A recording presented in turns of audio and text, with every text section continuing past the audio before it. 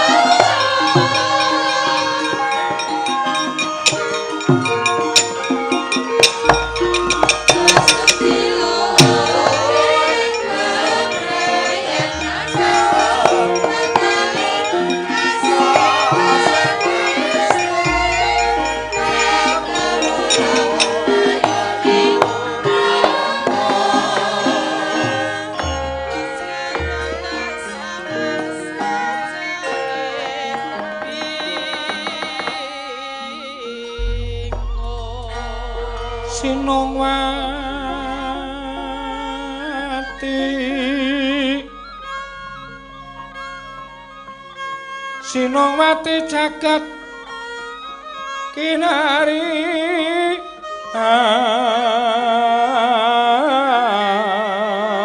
among mbak lumembak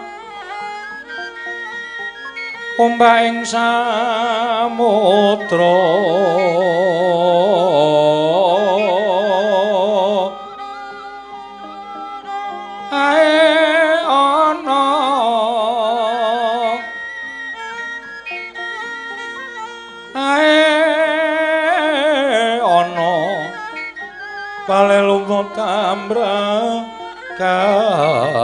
kanggeng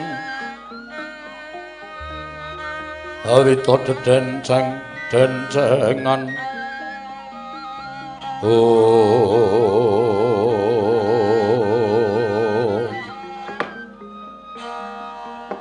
Pamanarya wonten dawuh nggih dereng ngantos purna anggen kula nampi sabda pangandikanipun Gusti Prabu Mandura Bawa Durna menika kadidine sowanipun Petruk.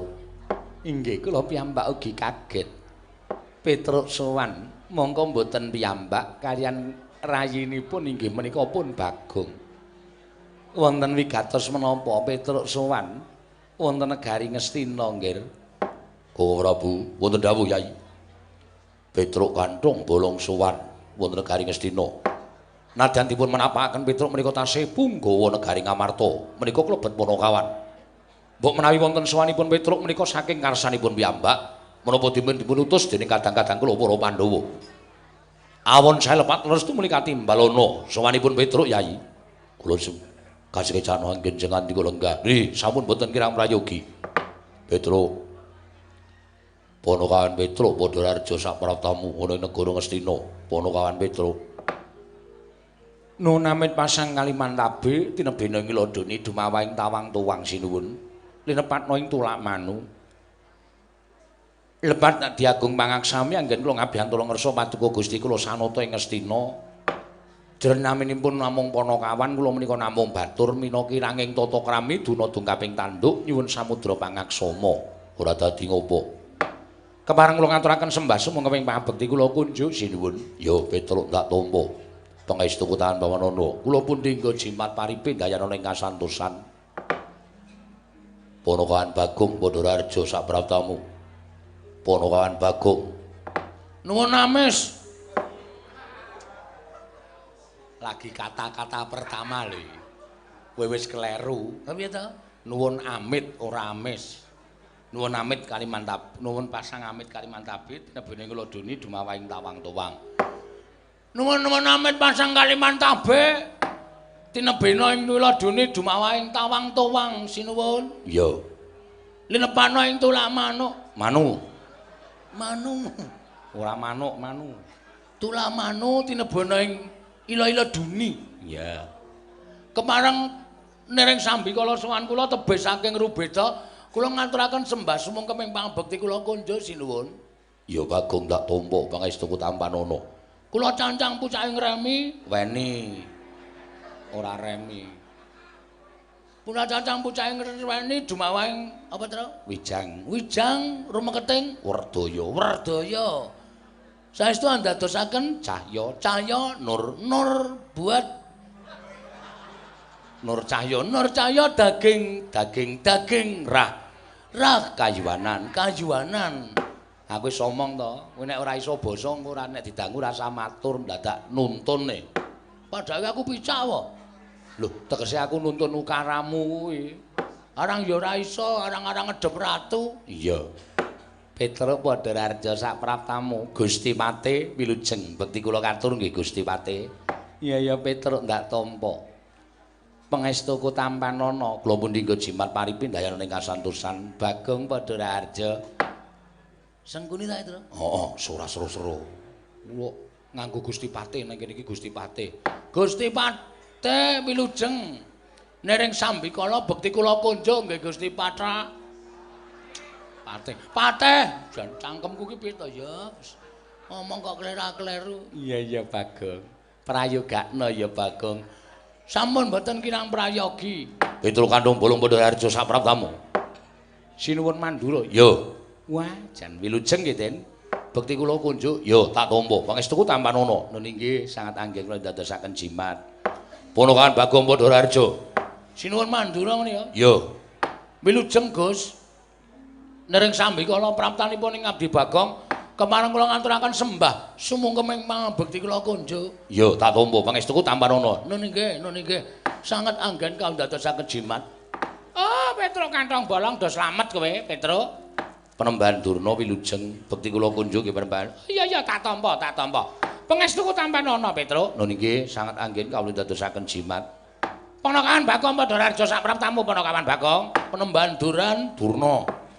Duran dungkulmu. Heeh, Durna. Wilujeng bekti kula kunjung nggih penembahan. Oh iya tak tampa Bagong. Pangestuku tampanane ya Bagong.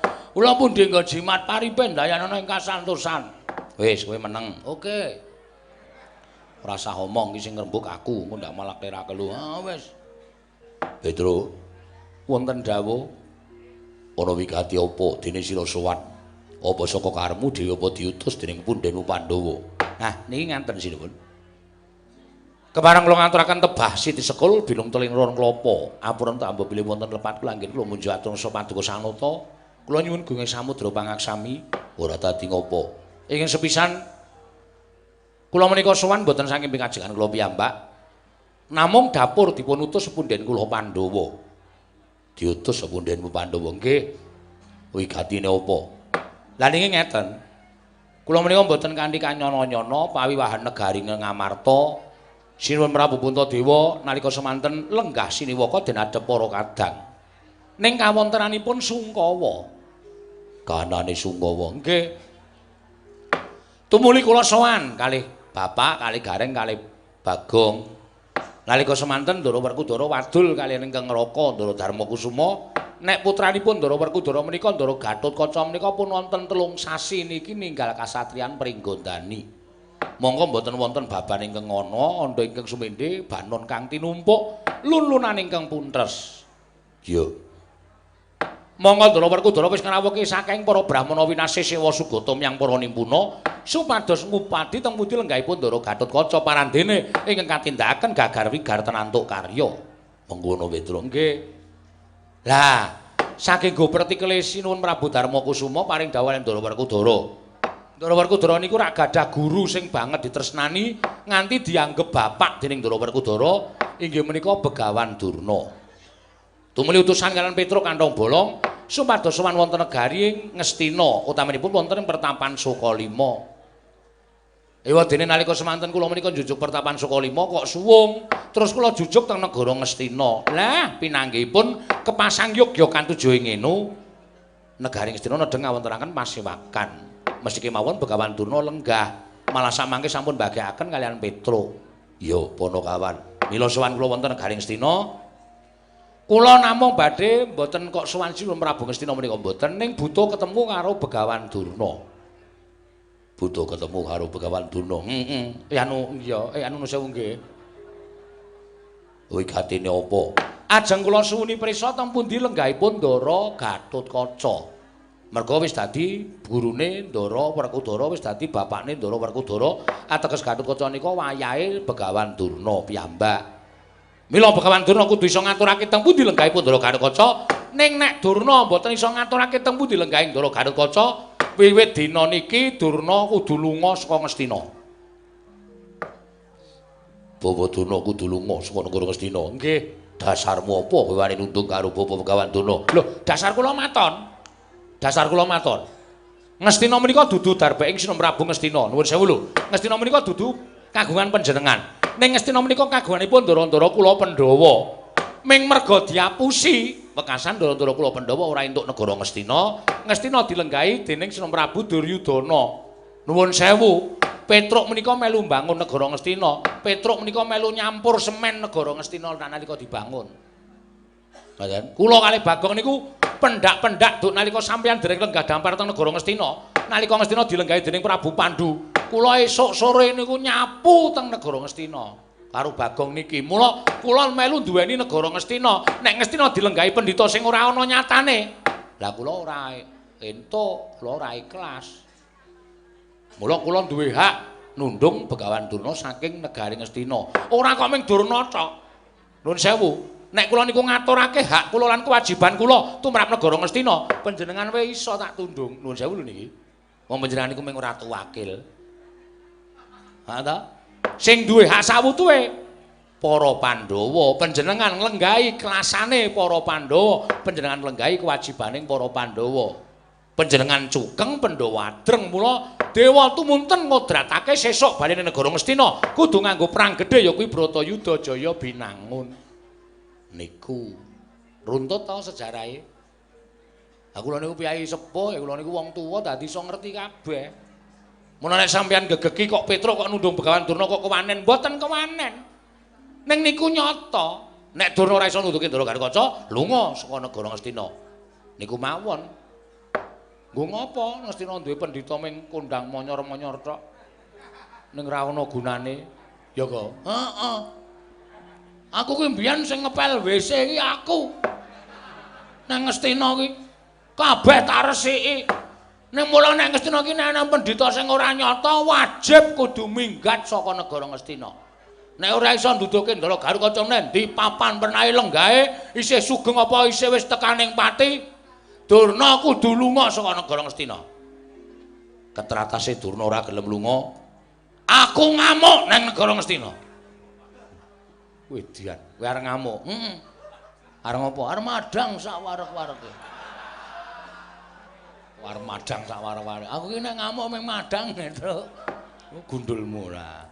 Ngaten mawon. Mila kula nyuwun diparilah sak pejangan Begawan Durna. Ewadene Durna mangke mboten saged ngaturake. Kula suwun dinten menika ugi Durna kudu lunga. Nek iso ngaturake matur sembah nuwun. Kula junjung dhuwur derajat martabate Begawan Durna. Bawa Durna. Wonten dawuh, Ken. Menika Petruk kados pundi? Cekap kula piyambak. Kula ingkang badhe mangsuli dhateng menapa yaturipun Petruk kanthi bola menika, Ken. Durnaina panalinganira lumajaring ratri lenggak janggani.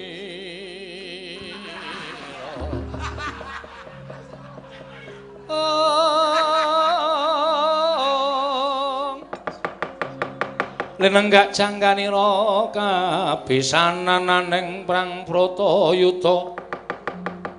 Mustaka kabuncang mungking wana.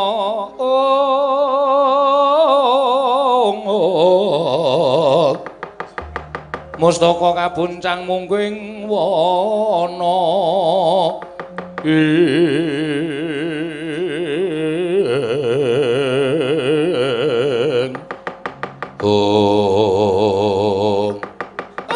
Gondhok bleguduk suaru gembol sumarante. Awela. Petruk wonten dawuh penemban. Nadan ora pati cetha nggon matur sanena Prabu Duryudana mergo aku ning pepungkuran. Nggih. Mara coba ta balenana nggon matur anak Prabu Ngastina. Sowan kula mriki betah kalian penemban Durna. Butuh karo aku. Nggih. Terus wigatine apa kowe butuh karo aku? Putranipun Ndara Werkudara Ndara Garukaca menika pun 3 wulan niki mboten kundur teng negara Pringgondani. Mboten dipun ngertosi wonten pundi papan dunungipun. Mila lajeng sinuwun Prabu Darma Kusuma utusan kalian kula supados nyuwun prisa Begawan Durna. Kacihna panjenengan menika gurunipun Ndara Werkudara. Monggo sing kecalan anak menika Ndara Werkudara kudune panjenengan iso ngaturake temudi lenggahipun Ndara Gatotkaca. Gatotkaca lunga? Nggih. Lho, nek miturut Begawan Durna nek kowe takon karo Durna kuwi wis pas. Janjane aku wis ngarep-arep kowe suwe. Wis arep-arep kowe suwe. Monggo aku ngimpi. Lah kok Petruk kok kledang-kledang teko ning Karang anu Sukalima, iki mesti duwe karep. Mula kok lagi dina iki kowe wis ana ning ngarepaning Begawan Durna. Nggih. Dadi panjenengan penemban pun ngarep-arep kula. Wis 3 dina iki kok tak arep-arep. Oh, nggih. Nek ngoten pun trontong-trontong enten pepadang nek Ndara Garukaca lenggahe teng pundi. Kuwi gampang. Mergo tumraping Begawan Durna, wong goleki barang ilang kuwi ana petungane. Oh. Ana petungane kok, Gong. Petungane apa kuwi Durna iki ana mong kuwi? Petungane napa? Nek wong goleki barang ilang kuwi petungane cecak kadalula. Cecak kadalula. Terus le ngitung, le lunga dina apa, pasarane apa? Mengko digunggung sungsung. Terus diitung cecak kadalula. Nek tiba cecak kowe ora lunga, ning mung ndelik ning sak kiwa tengene omah. Oh. Nek tiba kadal kuwi ya ora lunga adoh, ning mung sak ana pekarangane omah. Nek tiba ula kuwi wis tekaning pati tegese ora iso dikukup. Oh, ana hitungane kok, Gong. Cecak apa? Cecak kadalula. Masa wong minggat mung dientukke cecak? Ya ora kuwi ning nyatane itu. Lho, kabeh iki pancen ana hitungane, Bagong aja ngawur kowe. Hitungane wong lair kowe ana hitungane kok. Suku watu gajah buta. Bayi lair nang alam padang kuwi diitung, ngono. Pasarane apa, dinane apa, bocah kuwi digunggung sungsung kok nek dianu diitung. Suku Watu Gajah Buta, Suku Watu Gajah Buta. Nek tiba suku iki bocahe gelem nyambut gawe tur betah mlaku. Nek tiba Watu bakale dadi wong atos. Oh, Suku Watu nek gajah ki bocahe gelem nyambut gawe tur rasa. Nek Suku Watu gajah, nek tiba buta wonge petuk ning kokean mangan. Kaya mburimu kuwi. Oh iya, kowe mbiyen tiba buta ya, Kang. Ah, buta galak ngletak ndase durna kuwi. Ya aja ngono kok ndur nesu. Wong baguse kaya ngene. Dunake wong tiba buta. Sing arane kowe bagus ki sapa? Aku dhewe. Ngapa ngenteni wong liya? Aku nek ngiloe bagus tenan. Ha iki lho, potong aku wis tak iringke ngene iki wis gleling to ming kari nganggo sepatu. Sing digone sepatu ndasku. Sikil kok ndas ora. Ngono. Dadi perlu diitung. Nuwun sewu. Saniki kula mboten perkara njaluk itung-itungan. Kula njaluk keterangan teng pundi Ndara Gatotkaca. Ah, nek kuwi kowe takon karo aku tak ngerti Gatotkaca kuwi janjane lungone arahe ngulon. Wah. Ngulon. Ngulon. Mula golek ana ing Brangkulon. Jagat kulon golek ana. Nek jagat kulon mboten wonten, kowe reting ngalor. Menggok ngalor. Nek jagat lor ora ana, kowe ngetan. Jagat wetan ora ana, kidul. Nek kidul ora ana, ubeng ana. Jagat iki mesti bakal ketemu. Piye, Gong? Atene semplok sikile. Omongan kok ora maton to rumangsa kowe iki. Ora ana wong goleki apa-apa kok ubenge jagat. Wah, ya mesti modar. Durung entuk seprapat wis tele-tele terus. Ha iya ya, kok bangsulan sampean kok ora maton. Sani ngeten mawon. Sampeyan jane ngerti napa mboten? Nek ngerti kula matur nuwun, nek mboten dina niki sampeyan kula jiat lunga saking negara Ngastina. Petro? Nun. Iki dina apa iki? Senen. Senen iki nak hari wetonku ta. Oh. Mulai iki aku nek nyawang apa-apa iki katon peteng. Iki malam Selasa Kliwon. Nggih, nggih. Iki bangsane James Setan Priwayangan iki do mlaku-mlaku tekan dinti. Mula aja pisan-pisan rebuk perkara goleki wong ilang. Mengko ndak wong sing ilang kuwi dadi mati merga iki Selasa Kliwon ora apik. Mula entenono dina Minggu Wage. Mengko aku bakal ngenai keterangan karo kowe. Kesuwen, pokoke bengi niki entuk keterangan, bengi niki ora entuk keterangan ya saka sampeyan. Dadi kula meksa, nek sampeyan ora gelem, sampeyan ora paring pangandikan, dina niki sampeyan kudu lunga saka negara Ngastina. Niku mawon atur kula nyuwun wangsulan sing gumathok. Kula moh nek pangandika sampeyan mang tekake mriko-mriko nek janjane sampeyan ming ajeng nutupi keringkihan sampeyan, nutupi lek sampeyan ora ngerti teng pundi tindake Ndara Gatotkaca. Mula wektu dina iki nek sampeyan mboten iso ngandhakake, kula kalih Bagong sing ajeng jiat sampeyan lunga saka negara Astina Prembandana. Jaja muntaplir kiretap duka yayasinipe. Netra kocak ngundarandir. Oh, lole kentos lalu kimbal manyar-manyar doneng dungkul wana dadi alas-alas dadi wana. Petra kantong bolong pripun merban. Saiki ngene wae, kowe metu njaba dhisik, ngentenono ing alun-alun. Mengko nek wis bubaring pasewakan, kowe rembugan karo aku sing apik-apik, ora kesusu, ora doyak wektu. Oh, nggih. Teng alun-alun. Nang ngisor ingen kurung kae sing ngeyop, mengko sakpurnaning pawiwahan iki aku merpeki karo kowe lan tak kandhani menyang endi dununge Gatotkaca nggone lunga. Estu. Lho, aku ora tau goro, Petro. Oh nggih, matur nuwun. Nek ngoten kula nyuwun pamit madal pasilan. Sing ati-ati aja kaya bocah cilik. Gong, didhawuhi supaya ngenteni ning alun-alun ning ringkin kurung. Nek wangi ngapusi goleki ning Sukalima, gebuki ya, Tru. Ha. Diajar nganti tele-tele kae. Nek ora gelem minggat wis manut karo kowe pokoke. Pun, kula tak nganti ning Jawi. Nyuwun pamit sinuwun. Sehat aja kaya bocah cilik. Ayo, Gong. Ya, nyuwun pamit nggih sinuwun. Ya, Bagong sing ati-ati. Syukur kowe ora gawe rame ana ing nadyaning Bratu ya negara Ngastina. Kula wis rada tertib kok saniki. Ya. Kula nyuwun pamit sing ati-ati aja kaya bocah cilik. Sampun perembahan kula tenggo purnaning pasewakan. Iya, aku mesti merpeki karo kowe Ponokawan Petro.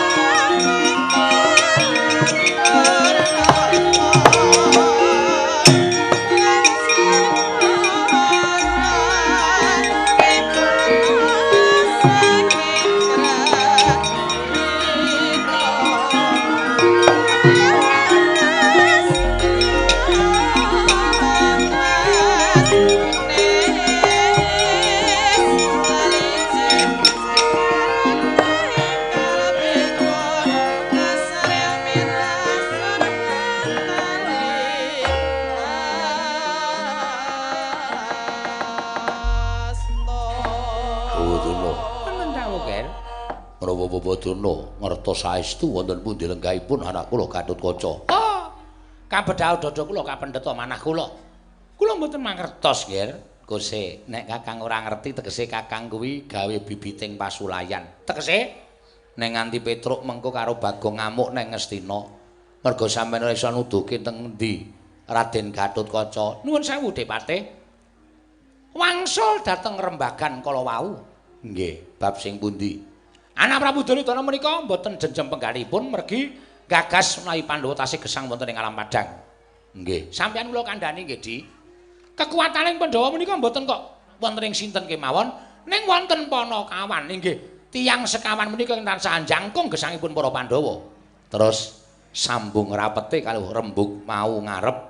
Anak Prabu Duryudana ngersaken Pandhawa pecah. Nggih. Nek arep mateni Pandhawa ya kudu saguh mateni Panakawan. Merga nek Panakawan tekaning pati Semar Gareng Petruk Bagong kuwi tekaning pati, Pandhawa niku badhe dipun pejahi angel mijet wae ngranti suwe banyu sinaring. Jagat Dewa Bathara. Inggih, nggih. Babadono matur sembah nuwun tanpa pindhan. Oh nggih, matur sembah nuwun. Paman Arya, Wonten dawuh ketapne para Wadyabala Kurawa. Petruk kali Bagong diranjap pejahi wonten negara Ngastina. Wis goleke gawean wae. Wong mau wis ora duwe penemu apa-apa kok saiki duwe penemu. Penemu kuwi ora kudu sakal iso diaturake kok Dipate. Ning nuwun sewu, penemu kuwi kala mangsa teka sewayah-wayah. Kaya iki mau. Sawaniwe Petruk karo Bagong ki dadi prenthul penemuning Begawan Durna. Yen to Pandhawa kuwi diayomi dening Semar, Gareng, Petruk, Bagong. Najan Semar ki wong loro saudon telu saurupan. Ning kae dewa ngejawantah, bebasan pusaka bisa kandha jimat iso ngucap. Mula sapa sing sinandhi dening Semar kuwi bakal mulya uripe. Tawa tawi tawar ora ana lelara ingkang bakal tumama lan ora ana panggo girigodha ingkang bakal tumama. Kuwi wong sing sinandhi Semar. Gareng kuwi saka tembung gerong greng grung. Kuwi Panakawan ingkang disebut uga julung tungkul, julung caplok. Ning Gareng ora kok menehi sia utawa sial marang pepundhene, ning malah iso marai pengayoman kalian pepundhene. Petruk kuwi sarwa dawa. Mula Pandhawa kuwi dawa umure, dawa rejekine, dawa katentremane. Bagong kuwi nek omong sapenake dhewe. Bagong niku mula digatek karo para Pandhawa merga Pandhawa niku ya merga entuk ngelmu saka Bagong. Merga Bagong niku abdine Pandhawa sing ragil dhewe anake Semar. Ngoten nggih. Nggih. Percaya mboten sampean? Nggih, nggih, nggih. Lah elok sampeyan nek merdekke pancen pinter. Semar niku tegese samar. Samar niku tegese ora ketok. Mula Semar niku ketoke menungsa ning ya dudu, dewa ning ya dudu. Nggih. Ngoten ae ngaten Petruk Bagong pecahi. Nggih, paman budhalke para sata Kurawa. Inggih, ngestaken dawuh. Ora Bu. Pemanggi paduka kados pundi? Nyuwun pangapunten, Kula mboten tumut-tumut. menawi wonten pangamukipun Petruk kalian Bagong menawi ngantos dipun sikara dening Kurawa. Sakmangke menawi ngantos Petruk lan Bagong ngamuk wonten negari Ngastina. Kula mboten tanggel jawab perkawis menika. Mergi kula ngertos Petruk lan Bagong menika nadyan derajate ngaceplik wong loro saudon telu saurupan. Ning menika ndugal kewarisan tegese kasektenipun mboten winates. Menawi badhe nyobi kalian para kawan kali menika kula semanggaken. Nggih. Rai Koko Prabu mboten tumut-tumut perkawis menika. Kula mboten dados menapa ingkang wigatos sakmangke Gareng utawi Petruk kalian Bagong ketanipun bayi. Pecahi ken. Kartomarma wonten timbalan ing adhawu. Budhana kang padha sibengsun kundur kedaton kawonon paramadal pasilan. Nyun tambahing pangestu sing adi-adi aja kaya bocah cilik kaya wis ora ana dawuh maneh. Purna gati ning pananggilan. Sanut sasukundun kedaton jeluk saking dampar ketara kinampit gambaran gading kadharaken sangganing peromban cedhi manggung ketanggung. Joko Paloro ing sami ngambil upatraning keprabon. Kawis dengan saking Mandrawa tindaknya Sri Naranata. Lamun katinon saking Mandrawa kaya tansah jejengkaran tindaknya Sri Naranata wau. Paripurna sang nata arsamiya kundur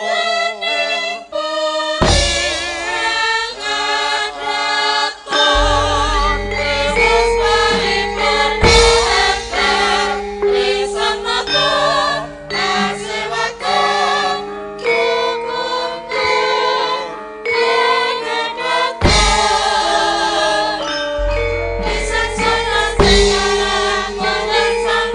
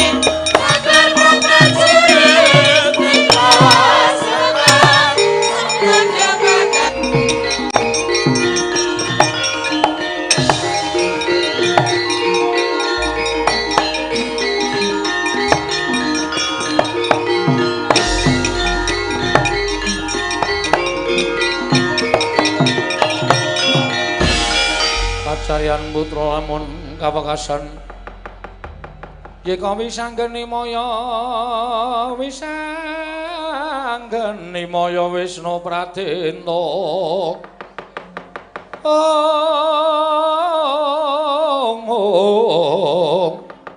wisanggeni maya Wisnu Pradenta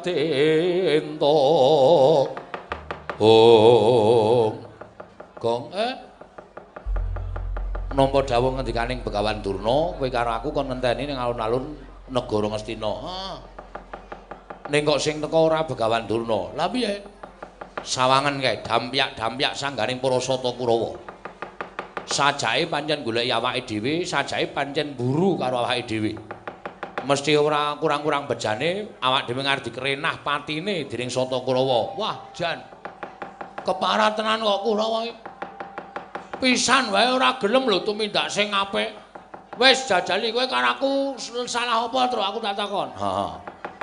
Monggo ming takon Ndara Garukaca iki tindake nendi kok Kurawa dampyak-dampyak sak pinake dhewe. Ah piye-piye mlayu mulih apa tandangi? Tandangi ndak dikira cah jireh. Kurawa kekuatane sepira? Ya, nek kowe mantep aku ya madhep. Ya. Mati disangga wong loro, mukti sangga wong loro. Ya, Tru. Ya.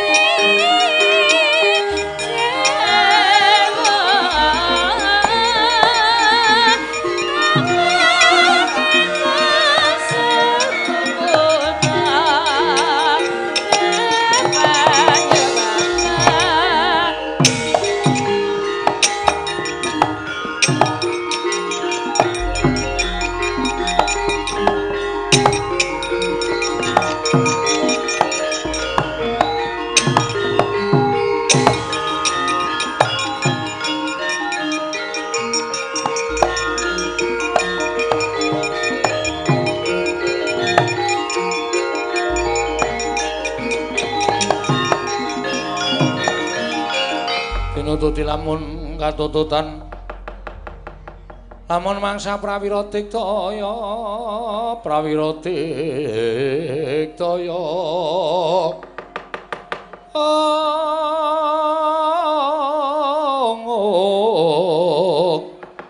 ora nanggana magawe gelarira wang-wang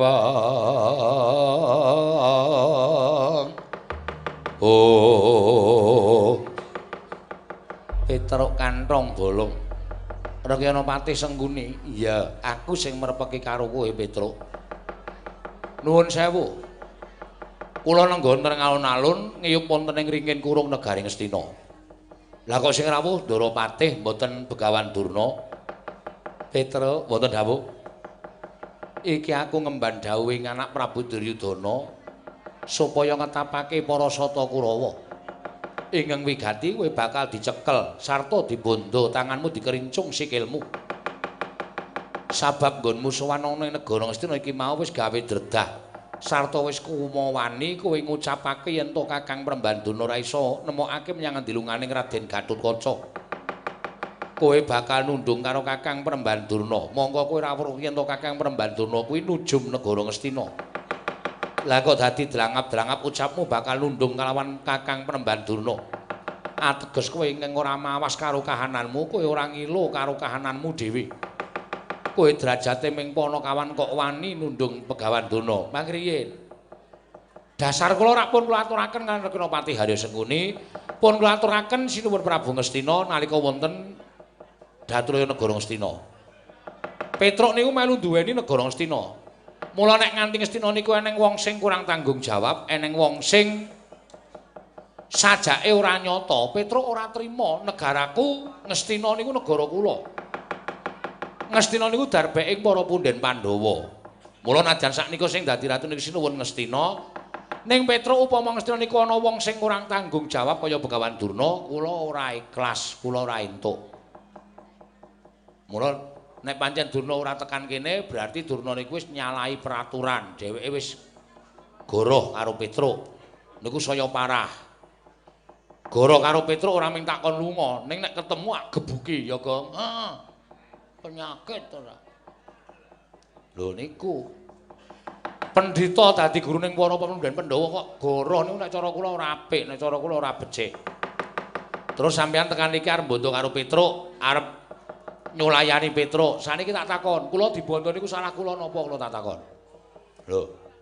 Nek pancen kula gawe geger negara Ngastina mang bondo ora apa-apa. Ning kula niku ora rumangsa gawe geger negara Ngastina, niat kula mung takon kalih Begawan Durna temudi Ndara Gatotkaca. Ora luput ora kleru kok. Ajeng mang bondo niku nun sewu, sampeyan niku patih duwe pikiran ora? Mbaya nganggo niki nek arep tumindak niku nganggo pikiran ora waton sak penake dhewe. Iki ngene seng. Kok sempiye? Jenenge Sengkuni kon ngundang sapa? Wis saiki ngene. Iki wis tak antepi karo Petruk karo aku. Gandeng aku karo Petruk ora luput, ora kleru, ora salah. Wong ora salah ki ora tau wedi karo sapa-sapa. Wong ora kleru ora tau wedi karo sapa-sapa. Kuwi pedomane Bagong karo Petruk. Nek pancen arep nyekel karo Petruk, carane sapi dijagal sikik. Aja mung waton dicekel, aku menungsa duwe perasaane. Kerubutan Kurawa legane atiku. Nek nganti mengko Kurawa ora iso nyekel aku karo Petruk, aja takon dosa wak, golek wak kepruki watu ndasmu kowe. Asli aku ora goro. Kowe iki patene goblok asline. Ming dikon rono mrayu rono, kon rono mrayu rono, kudune kowe iki mikir. Kowe iki kudune mikir seng. Kowe iki diperintah karo ratu, nek ratune perintah ora bener, patih iki kewajibane apa? Benerke tumindake ratu, ora mung nggih sendika, nggih sendika. Man kok menten mawon menengah ta. Aku tratapan nek malah. Bagong mripate mendonong-mendonong kaya ngono iki. Sonane dikongkon ora waton menyang. Penyakit ora. Lho, kowe wani karo patih. Lho, tekan biyen tekan saiki Bagong iki ora ana sejarahe wedi karo Sengkuni. Wis tak takon, sik mayang sapa? Dalange sapa? Le mayang ning ndi opahe pira? Ana Bagong wedi karo Sengkuni? Gak. Bener. Bener kok. Ora ana arep kowe patih ra mung derajatmu tok, mung pangkatmu tok. Ning padha-padha menungsa, kowe karo aku menungsa. Di mata Tuhan setiap manusia itu sama. Sing bedake mung derajat pangkat. Aja pamer derajat pangkatmu ngene.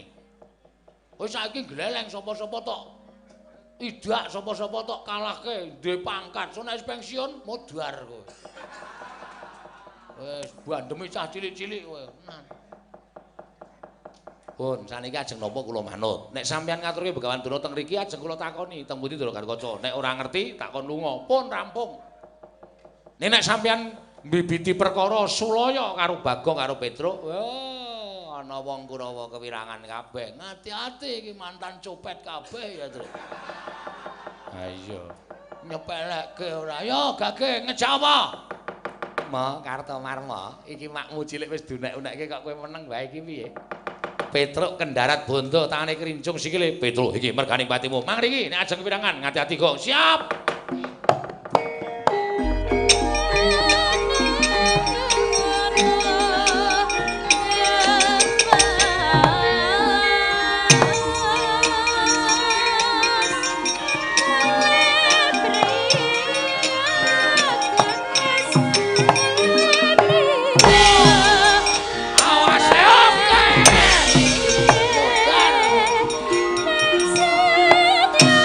Terus Gong.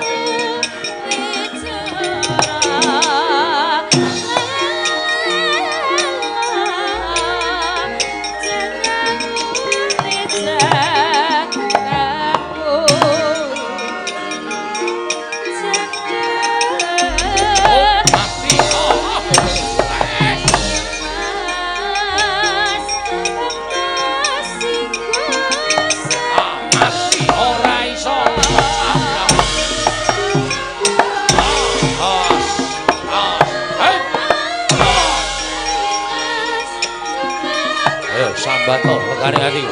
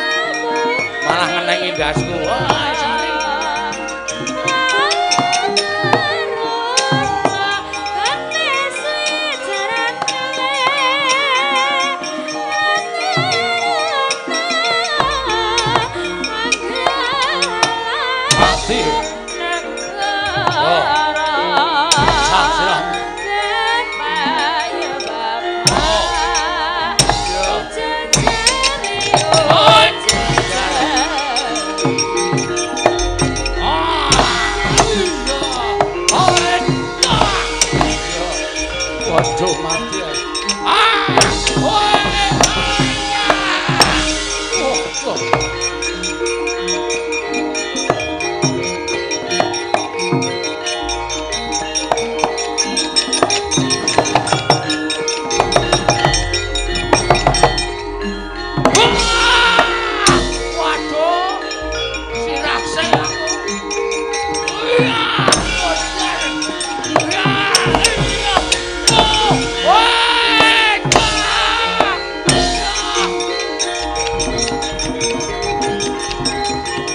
Goblok rasane kemaran kamu Surakarta.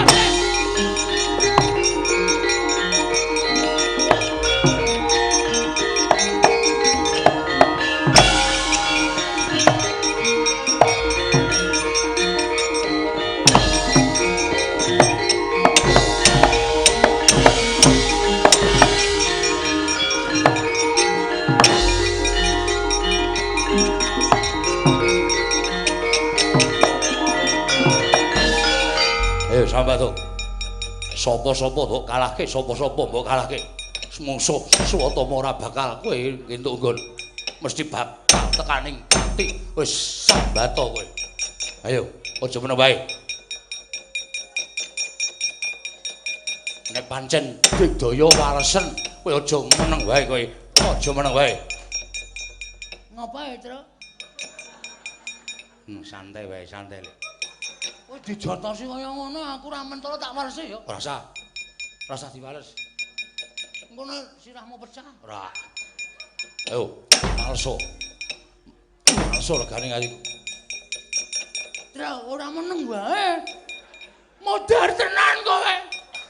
Wis santai-santai, ke belakang, ke belakang. Hah? Ke belakang. Ora kebelet lho. Ora kebelet piye ora. Neng mburi, neng mburi. Engko nek kowe lara, ora. Ayo malso. Malso kowe aja meneng wae. Malso.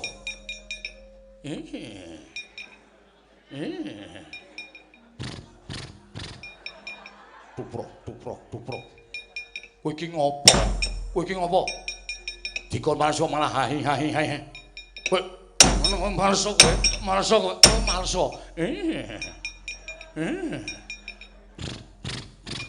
Tuprok.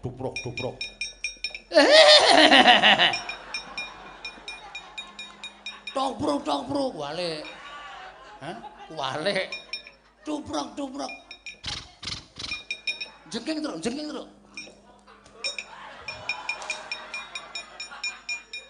Gawe cah gawe do ngopo ya? Kok malah praktek ngono barang. Kowe males aja meneng wae kowe. Tuprok. Kowe ora sak penakmu dhewe.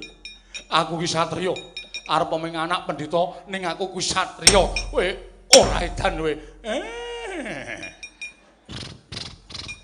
Tuprok.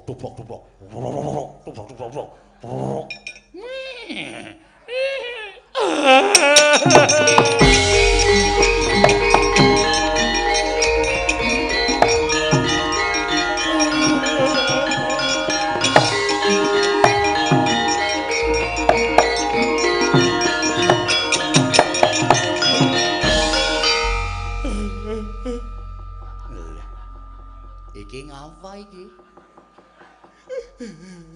Sakit manah kula, Mas. Kaya kowe mau ngajar Petruk. Nggih. Lah kok ora dibales Petruk kok mulih nangis. Petruk niku kula ajar, kula tutuki sirahe. Kula ken males niku mboten males, ngantem mboten. Ning ngenten iki, Man. Ngenten iki Petruk. Kali cangkeme ngenten iki. Terus sikile ngenten iki, tuprok. Kula rasak-rasak ke teng ati kula kok lara banget. Ngantos kula nangis, Man. Lalah, Mama. Puluh-puluh bejamu. Petruk ki kok ngerti kok biyen entuk undangan apa ya? Undangan opo, Man? Petruk ngono kuwi kowe lara ati iki wis memper merga Petruk ngunekke kowe nek kowe iki anak jaran. Paman sampun sembrono. Kula niku anak pendhita Ibu kula widodari. Widodari ning doyan suket. Doyan suket dos pundi?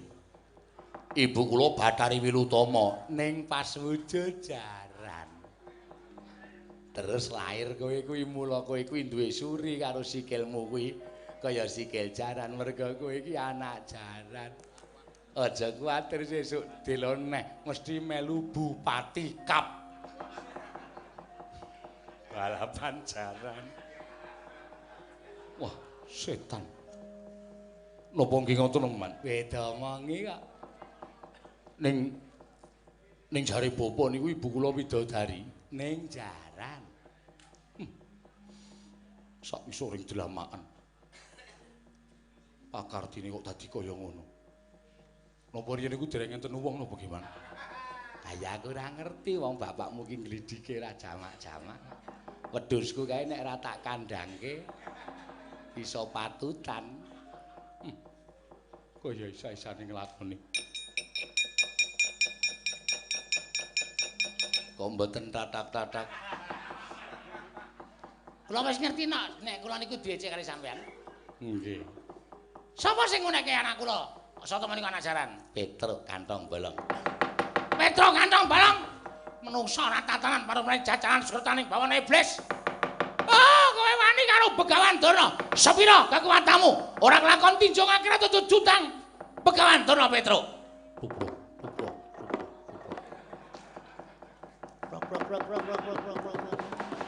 Iki jarane mendem.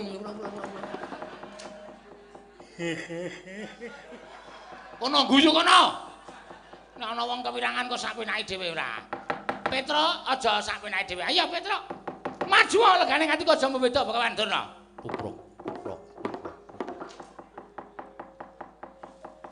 Tubruk. Kuwi apa ra edan ki sarunge barang disilake kuwi. Anggepe apik-apik bokonge penyakit ora. Lah pripun Kakang Durna? Oh! Petruk kantong bolong. Kowe wani karo Begawan Durna, saya ngino karo Begawan Durna. Ora trima tekan semene. Kowe kuat ngadahi Kyai Cundha Manik. Meguru karo kowe ponakan parat kowe.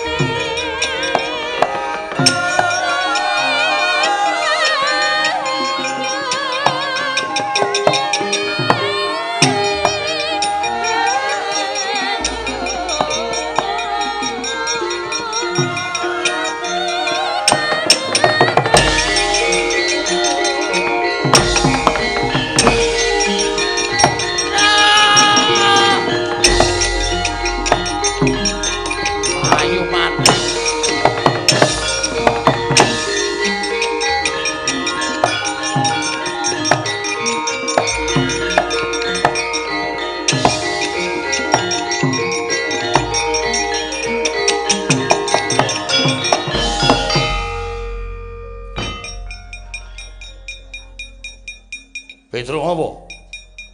Di aku. Di tenan aku. Loh, kok malah nangis iki apa? Suwun pangapunten. Suwun pangapunten. Kowe kok njaluk ngapura iki ngapa? Iku ora mboten sengaja damel geger negara Ngastina. Minta maaf. Udah nyuwun ngapura. Kowe ngeyel ora dikandhani, Truk. Aku ora iso omong to ya mulih wae rasah wani ro Kurawa. Aku kaya wong gleleng-gleleng kok. Kurawa tok lawan nganti Begawan Durna nggawa Cundha Manik kowe doyak Begawan Durna mlayu saiki ketemu karo Prabu Basudewa. Rambemu salah. Iki Prabu Baladewa modar kowe. Petruk kowe gawe geger Ngastina, nyotampan ana nenggala bles. Modar kowe. Kang, ngapa? Aku jalukke ngapura. Ora sudi. Kowe sing salah kok njaluk ngapura. Ning ngopo Bagong? Mboten satakoni langsung pateni mawon. Pateni piye? Ha niki pancen gawe geger kok. Pun sirnake mawon. Bose aja ngawur. Petruk tangi. Tangi sing apik. Omongan sing apik. Nggih. Yo, kangge matur. Apa mlayu? Nun, Ngopo mlayu? doyak wong. Lho, sing ngoyak sapa? Gangan Durna. Bapa Durna ngoyak kowe kok kowe wedi ki ngopo? Jarene marep nundung karo Begawan Durna. Nggih, ampun digetak-getak. Kula kepoyo. Kana pipi sik kana. Kana gawes kana. Tak kedoke lemah apa piye? Rasa gong wis tak ampete ora apa-apa. Kowe doyak Durna kok mlayu wedi ki ngopo? Durna gawa pusaka. Lho. Durna gawa pusaka. Nggih. Mati aku, Gong. Wis ora iso dimaafkan ya. Sik tak golek mari. Lho. Nggo ngopo iki, Kang? Nggo ngrukupi kowe. Ngemen kaya ijazah. Apa? Ijazah. Ijazah iki mau mati lho. Jenazah kok ijazah. Heeh, ning jenazah.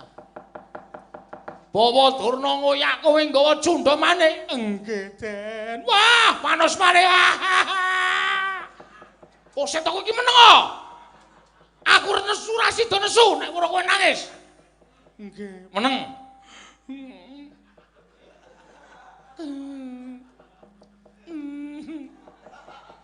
Bawa Durna nggawa cundha maneh. Nggih. Arep mateni kowe nopo piye? Sajake ngoten wong ngoyak kula. Wah, panos maneh jajalan. Wong tuwa gugu ngarepe dhewe. Kok sikik. Aku ki ora nesu karo kowe. Lho. Lan suara sinten? Lho, aku nesu Begawan Durna. Wah, mbok omong mau wau. Ngono ki wis tratapan e. Ngono wis wong tuwa gugu ngarepe dhewe nenggala tus. Teng sirah modar tenan kula. Mundur, mundur. Aku mundur ora? Mundur ora? Nggih. Lho kok atret iki ngopo kae? Ajare kon mundur. Petruk, Baladewa ngerti. Sapa to Petruk? Nggih. Nadyan Baladewa Sumati ngawi Baka Cakrawati mbau dana ning negara Mandura ning aku tau tate nampa pangudangmu, aku tau tate tok kudang. Aku tau tok lelo, aku tau tok tate tok gendong. Nggih. Nalika cilik biyen. Nggih. Luwe-luwe nalika aku dititipake nang Widara Kandhang. Nggih. Aku mbiyen nyotok gula wentah karo Bapa Sakumpa. Mulane to nganti Petruk ana apa-apa Baladewa meneng wae iki aku menungso sing ora ngerti, males kabecikan. Oh nggih. Heeh, bener. Nek nganti kowe diancam pati nek Baladewa meneng wae iki. Baladewa iki menungso apa? Oh iya. Heeh. Apa terus diancam patine kok sampean meneng wae niku njur sampean menungso napa? Titah napa kok menungsake ngantian. Nyun ngapunten. Mula kowe rasa wedi, nggih. Bawa Durna tak pethuke. Nun. Bapa Durna tak pethuke. Yen pancen Durna njajal Kyai Cundha Manik mungsuhe dudu sapa-sapa. Ning Kyai Nenggala mungsuhe legane atiku.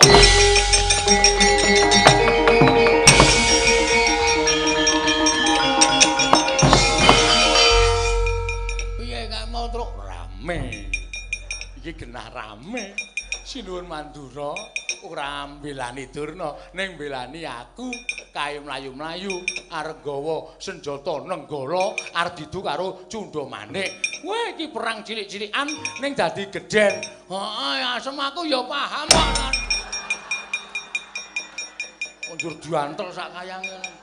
Males kowe iki sirah disembah karo anak bojo dijongkong-jongkongke. Saking senengku oleh senengmu ndasmu. Ya ora ngono kuwi, ora ngono kuwi jan. Aku ya gumon kok dadi Prabu Baladewa mbelani awake dhewe. Monggo kae kira kancane Begawan Durna to. Ora kok dadi mbelani awake dhewe. Ora nyono babar pisan aku. Aku soalé nek ora ngono. Nganggo sikil ngomong. Aku nganggo tangan kok nganggo sikil. Pembalasan lebih kejam daripada perbuatan. Oh iya. Ya ora apa-apa, wis ora apa-apa. Ning sing jeneng bocah nom wani ndugang wong tuwa iki mati separo. Asli aku ora goro. Terus piye? Ayo kaya wong stroke ae. Ya tenan nek ora njaluk ngapura karo aku. Aku ora iso omong, ora iso. Ora iso mlaku, ora iso. Malahane nang omah terus. Ngirit jengkulmu ra delaya terus yo. Wah, ngamuk tenan kae Gong. Ayo.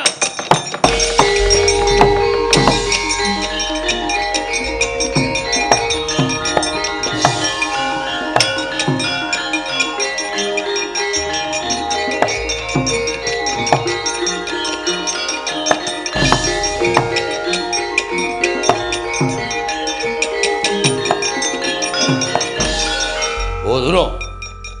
Popodoro. Kula boten Jawa nggih. Sampeyan beton apa niki? Sampeyan beton apa? Niki Kiai Cindu Manuk. Anu napa jenenge ku? Cundha Manik. Cundha Manik jenenge napa? Cundha Manik jenenge napa? Lho ajeng anu napa jenenge? Ajeng ngoyak Petro. Nek wis kecekel ajeng dina apa? Petro ajeng kula anu, ajeng kula pateni. Sampeyan mentolo materi Petro. Iya. Sampeyan mentolo materi Petro. Nek sampeyan mentolo materi Petro, aja materi Petro sik. Ayo materi Baladewa sik. Materi Baladewa sik. Sampeyan niga Kiai Cundha Manik, kula tak nggawa Kiai Nenggala. Didu piye? Mboten sadi itu kaya apa dilarang negara adu manuk niku mboten kenging. Mboten. Nek ora dibuang. Cundha Manik dibuang. Lho niki pusaka Buang sik. Dibuang sik. Buang sik ora? Syukur kowe. Kapamu kapan? Aduh, kula nyuwun tulung, Ger, kula nyuwun tulung. Niki galenganipun lebet, Ger. Ngomong kurang senane. Aduh, malah kepleset nyemplung jugangan aku, aduh. Kapok ora sampean? Kapok. Sampeyan iki wong tuwa iso mikir ora? Wong tuwa iso mikir ora? Sampeyan mau ditakoni karo Petruk teng pundi lungane Garkaca. Jane iso wangsulan ora? Nggih pangestunipun mboten. Ora iso menehi keterangan. Mboten. Mbok yo omong apa anane? Petruk aku ora ngerti menyang lungane Garkaca. Lah nek kula mboten ngertos lunganipun Garkaca dipun tuntung saking negari Ngastina. Petruk niku wong sembrono parikena, sembur-sembur adas. Sing loro dadi waras, sing ruwet dadi tuntas. Petruk niku nek matur nika niku Panakawan, nek matur keladuk wani kurang keduga. Ning janjane ature Petruk niku ora kandhas tekan lahir batin. Minggu medeni karo sampean. Kok anggap omongane Petruk nyata niku bisa sampean niku pripun? Nggih. Nggih, Ger, nggih kula lepat. Sampeyan mboten ngerti. Mboten. Wangsul. Teng pundi? Suka 5. Oh nggih. Lah Petruk, Mau kula sing menehi keterangan. panjenengan prisa Garkaca luwanipun teng pundi prisa? Mboten. Lho, ajeng menehi keterangan panjenengan menika dos pundi to? Kedahipun panjenengan niku mikir. Mulai mboten ngertos menika sampun ngantos menehi keterangan karo Petruk Kantong Bolong kok dadi wani panjenengan menehi keterangan karo Petruk. Lho to karo sampeyan kok una-unake kula niku pripun? Nggih. Bali. Nggih. Nyuwun pamit. Sing hati-hati. Janji mriki mulih ngancam Petruk mungsuhe Baladewa. Nggih. Sampun nyuwun pamit, Ger. Nggih. Mboten ngangge gamelan. Nun, Mboten ngangge gamelan. ngagem kaya apik. Ngangge menapa? Godril. Lho. Pendhita Durna kok nganggo godril. Kula nyuwun pamit nggih, Ger. Kados-kados sampun kados ali-alit. Nggih.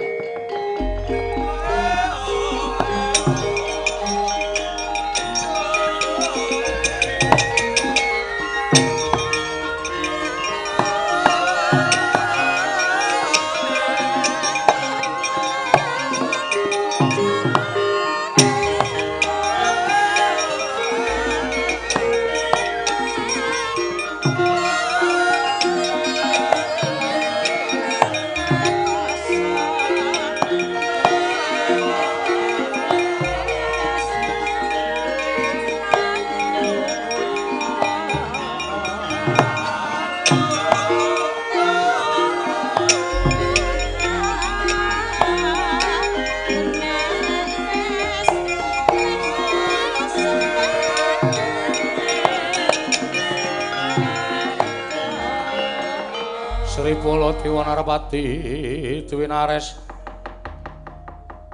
Wara Kresna kalangkung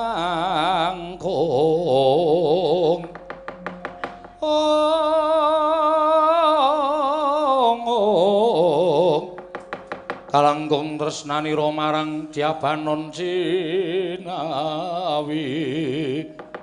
Oh, Petro, nun wonten dawuh sinuwun. Setemene yen kowe sowan ana negara Ngastina lan kowe nyuwun prisa kelawan Bapa Durna menyang dilunganing Gatotkaca kuwi janjane aku ora pati mathuk, aku ora gathuk. Lah wong kula nyeming satrema dikongkon. Nek kula mboten ngestu padha dawuhipun para pepundhen kula Pandhawa malah kula mangke dipun lepataken. Gitu lho, nun. Pandhawa sing kurang gawean. Mangke riyen to. Wong anake lunga dunake kurang gawean mongko nyuwun prisa kalian Begawan Duna. Kosik kowe rungokno kan dadi dawuhing Baladewa. Oh nggih, keparengipun. Yen Nyai Prabu Darmakusuma kuwi piyai lantip panggraitane Werkudara kuwi wong sing lantip panggraitane. Kowe ora usah ketayalan tekan negara Ngastina, janjane wis ana wong kang pinter. Ingkang sejatine pantes disuwuni prisa. Sinten sinuwun? Yen kowe kepengin ngerti, ya kuwi Nyai Prabu Ndarawati. Nyai Prabu Kresna kuwi dadase titis Sang Hyang Bathara Wisnu turta kang paningal sewu. Dheweke lantip panggraitane. Mula kowe bali ana negara Ngamarta. Matur marang Pundhen Pandhawa yen to ingkang menehi wangsulan babagan nggonmu sowan negara Ngastina mau dudu kok Begawan Duna nanging Baladewa. Oh nggih. Baladewa ingkang menehi wangsulan supaya para Pandhawa masrahke perkara iki marang Nyai Prabu Ndarawati. Lah mengke nek sinuwun Prabu Kresna mboten kersa kowe kandha karo aku tak labrake kadangku Nyai Prabu Ndarawati. Oh nggih, nggih ngestaken dawuh. Nah ngaten nyuwun pamit sinuwun. Yo Petrus sing ati-ati aja kaya bocah cilik nun nggih. Kula nyuwun pamit wangsul dhateng negari Ngamarta. Yo Surtiting ati-ati duka-duka digawa. Nyuwun pangapunten sinuwun kula nyuwun pamit. Yo Bagong sing ati-ati nun nggih. Nyuwun tambahing pangestu sing ati-ati aja kaya bocah cilik. Pisan meneh matura marang para Pandhawa kon masrahke lungane Gatotkaca iki marang kadangku Kyai Prabu Kresna. Nyuwun pamit sinuwun. Yo Petrus Kantong Bala. Nyuwun pamit sinuwun. Yo Bagong.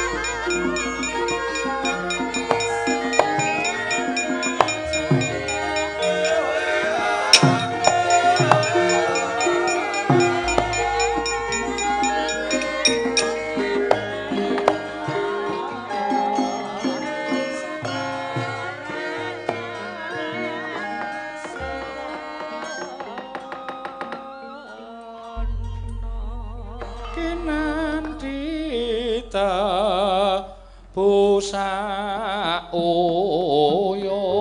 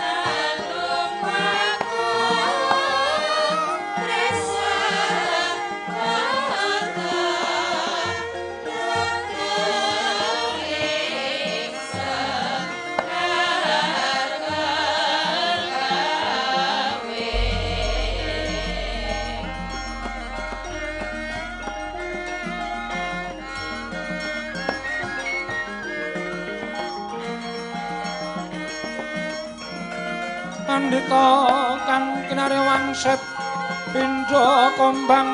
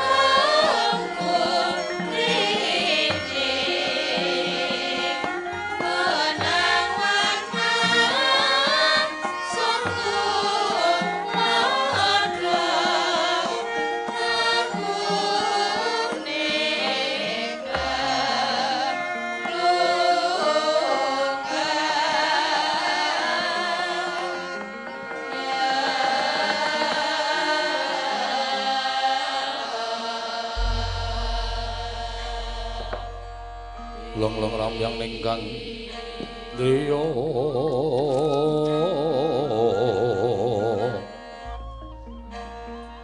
Rewang Candra katawengan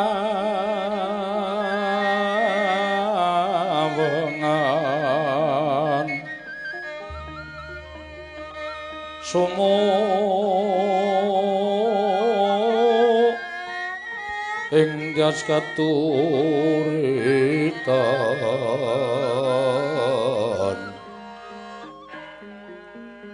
lemut kapiyataning rojit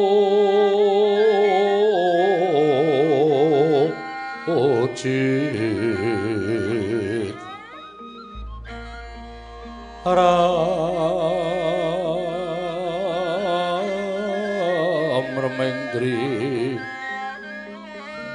Yoma Nawo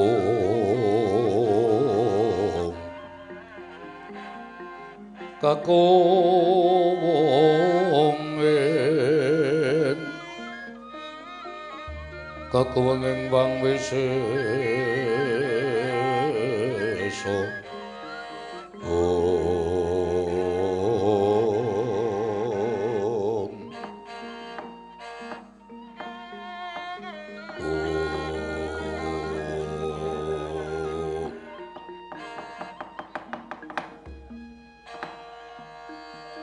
Mastu Nomo Sidam Sekaring Bawana Langgeng Kakang Narada Kakang Resi Kanika Putra Awar kencang warudaya pak pong bu bolong kali cedhe sapa sing gawe punapi di sawetawis lenggah katuran karaharjan rawuhipun Kakang Resi Narada inggih sampun boten kirang prayogi lan tansah pinangan ing kawidadan praptanipun ingkang raka ing sindhe pangudal-udal ingkang raka pun Kanika Putra Adi Manikmaya Kakang Resi Narada kasinggihan Indra prayogakna nggone ngadhep ngono ngarsa ulun Indra nggih ora mumpu kulun sampun boten kirang prayogi kula ngabiyantu ngarsa paduka Hyang Adi Pukulun iya Indra kepareng kula ngaturaken sembah pangabekti kula kunjuk ora mumpu kulun Indra ulun tampa akarya bombong tias ulun ora liwat pangestu ulun tampanana kula pundi nggo jimat paripih dayanana ing kasantosan Kakang Narada punapi iki mboten kadosa dinten samangke anggen kula ngraosaken hawa panas ingkang sumundul wonten ing ngawiyat Kakang Resi miturut saking pitanganipun Kakang Resi Narada menika hawa panas timbul saking menapa Kakang Resi Narada nuwun sewu kekilapan menapa Paduka Adi Pramesti Bathara Guru anggenipun dangu babagan perkawis gara-gara ing mantuk wonten ing Kayiwangan Paduka menika dados dewaning para dewa nalindraning para dewa nanging sabab menapa dene Paduka dangu babagan perkawis gara-gara ing mantuk wonten ing Kayangan Suralaya Kakang Narada punapi ulun menika dados dewaning para dewa panjenengan minangka kamituwaning Kayiwangan mboten nama limrah ing atasipun kula menika ngungkuli dhateng wasesaning kamituwaning Kayiwangan. Mila njumbuhaken dhateng menapa ing sampun kula mangertosi kalian menapa ing badhe dipun ngendikaken dening Kakang Resi Kanika Putra. Dalah inggih. Menawi tetela mekaten kula badhe munjat rasa Paduka Adi Pramesti Bathara Guru. Inggih Kakang Narada kula semanggaaken. Ingkang sepisan gara-gara Kayiwangan menika mboten dipun sababaken saking kayu waing lemah samar. Menika babar pisan mboten. Namung mugi andhadosna ing kawuningan wonten titah pujangkara ingkang nglampahi tapa nendra wonten ing pucuking harga Himalaya. Wonten satunggiling titah ngubathara ingkang wantun lampah tapa wonten pucuking Gunung Himalaya. Inggih kasinggihan mekaten. Sinten Kakang? Boten sanes kejawi namung wayah dika piyambak inggih menika Nalindra ing Pringgondani Prabu Anom Gatotkaca. Anggenipun lampah tapa wonten ing sapucuking Gunung Himalaya. Gatotkaca wayah ulun lampah tapa wonten pucuking Gunung Himalaya. Kasinggihan mekaten. Malah saka gentur anggenipun tapa. Daya kekuatanipun Gatotkaca ngantos sumundul wonten ing ngangiyat andadosaken gara-gara wonten ing Kayiwangan menika dipun sewu. Gatotkaca lampah tapa wonten pucuking Gunung Himawat. Himalaya menika wigatosipun menapa? Menawi katalusur tuwin katonton kanthi paningal batos. Mboten wonten ing gumana musik. Wonten manahipun wayah kula pun tetuka inggih pun Gatotkaca. Anggenipun lampah tapa wonten pucuking Gunung Himalaya menika kala wau. Estunipun namung badhe nyadhong kanugrahaning Jawata Adi Pramesti Bathara Guru.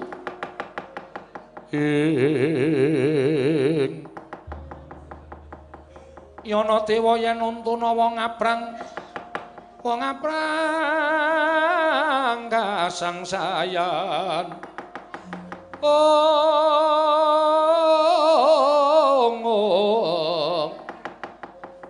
wong abrang kasangsayan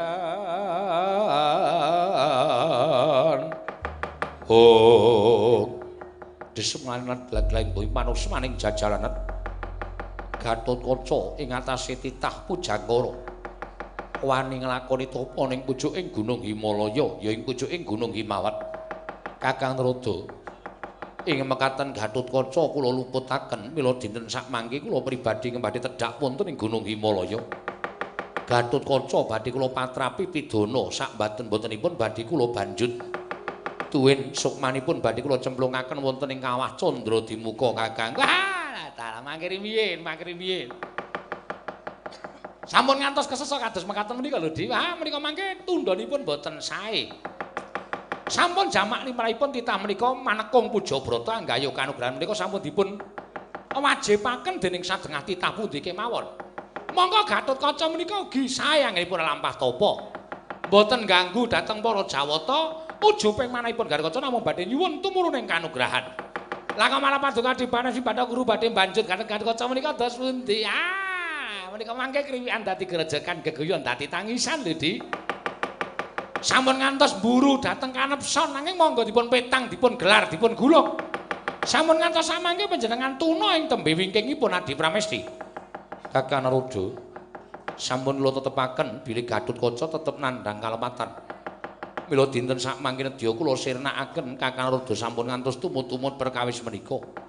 Wonten lelampahan menapa kemawon kula ingkang sagah nanggel Kakang. Wah, panjenengan menika nami sampun gadahi sedya, kok mboten kenging dipun ndhakaken menika dos pundi? Nggih sampun menawi kedah mekaten lalampanipun monggo. Namung kula tunggak waru godhog dadap. Tegesipun menapa? Kula mboten melu-melu, mboten melu nggarap. Kula semanggaken paduka Presi Bathara Guru. Panjenengan sampun tumut perkawis menika, namung kula suwun monggo Kakang nderekaken ingkang rayipun Manikmaya. Prapta wonten ing pucuking Harga Himawat ya ing Harga Himalaya kula badhe ambanjut dhateng pun Gatotkaca. Monggo.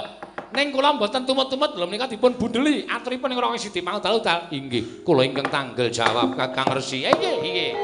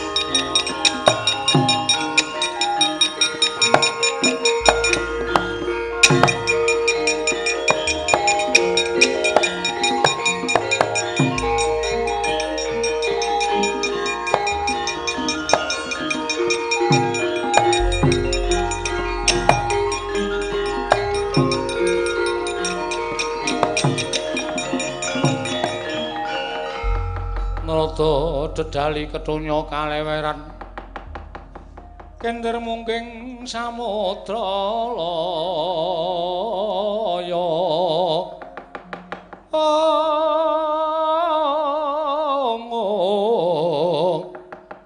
kender mungking samudra laya Kakang Rada menawi menika Gatotkaca ing ngalampah tapa wonten pucuking Harga Himalaya inggih Harga Himawat. Inggih. Katon anggenipun sekung Semedi Subrata Kakang kalersan. Menapa inggih badhe dipun lajengaken anggenipun badhe banjur dhateng pun Gatotkaca. Mumpung tasih alampah tapa tegesipun Gatotkaca mboten badhe abangga. Lajeng keparingipun Badhe kula dawahi pusaka ulun inggih menika Cis Trisula. Pusaka menika dipun tamakaken Gunung Jugruk Segara Asat. Tuwin menika pusaka kadewatan menawi Gatotkaca tartemtu mboten badhe kuwawa anampi dayanipun pusaka menika Kakang. Dalah menika dos pundi tadi? Ning inggih sampun wong nyatanipun panjenengan kersanipun kados mekaten menika inggih kula semanggaken, Kakang Rada ingkang nekseni. Inggih, kula namung seksi kemawon sampun ngatos dipun tumut-tumutaken perkawis menika. Kakang Rada kula aturi nekseni kemawon kula ingkang badhe mejahi dhateng pun Gatotkaca. Menawi mangke wonten pamuthaipun para Pandhawa, tuwin murinanipun para Pandhawa, Kakang Rada dados seksi bilih Gatotkaca anggenipun lampah tapa menika sampun damel gara-gara wonten ing kayiwangan mula kelepatan tumraping para Jawata. Inggih, kula semanggaken. Badhe kula wiwiti anggenipun kula badhe mejahi dhateng pun Gatotkaca Kakang. Kula semanggaken. Ora bakal iso tekaning pati ambaya kepiye ta ya wong bener iki ora bakal luput ki ora bakal temama ning bener. Kakang Rada kendel mawon. Inggih, kestaken dawuh Di.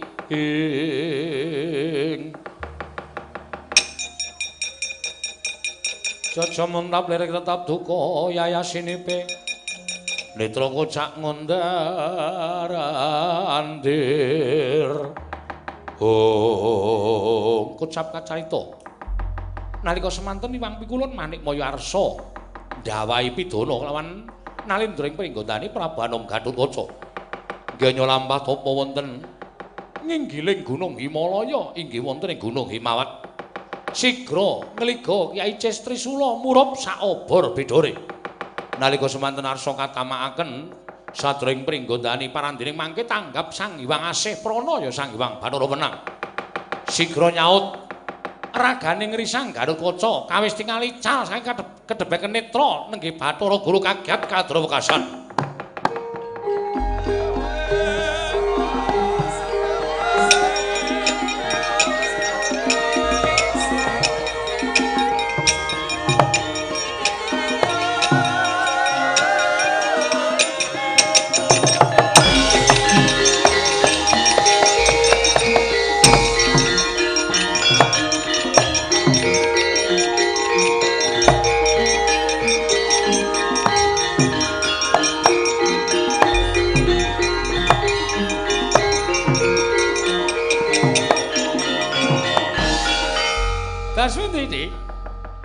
Gatotkaca nembe kula ungkuli Cis Trisula awakipun lebur dadi awu. Sirna mboten saged kinukup sirna sak kuandhanipun Kakang. Nggih. Panjenengan kok sajaipun maiben. Mboten maiben niki kula niki pitados kok. Anggenipun muni nggih menika mboten kepenak wonten ing manah. Mula yen muni nggih, ngaten kok panjenengan menika mesti ora percaya. Dados sawu Kakang. Awu 76. Lho kok awu 76? Nggih, wong nyatane ya dadi awu ngoten. Ilang sak raganipun. Nggih, kula pitados. Sak mangke kayiwangan badhe tentrem. Nggih, tentrem sedhela niku geger, mbok yakin. Panjenengan kok paring pangandikan kados mekaten. Mboten pripun-pripun kula menika wong Kudarasa kok ora entuk.